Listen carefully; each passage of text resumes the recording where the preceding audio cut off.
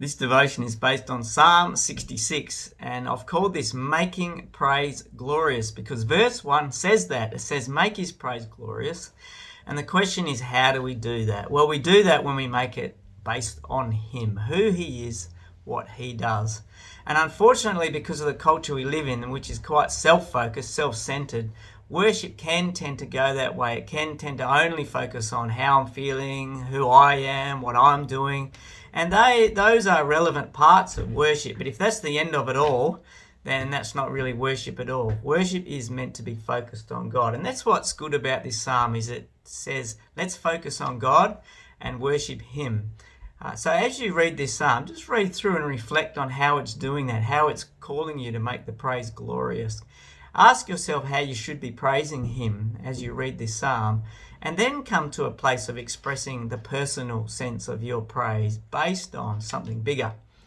Just a quick reflection on the psalm itself is it really is a reflection on the journey of God's people and the way God is interacting from who he is with the people of God.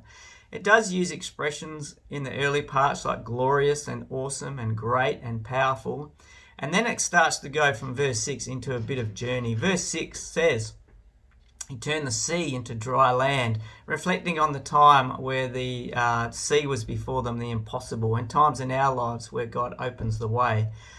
Verse 10 says he refined us like silver. So their experience, our experience, when we get heated up and refined and the impurities are taken off.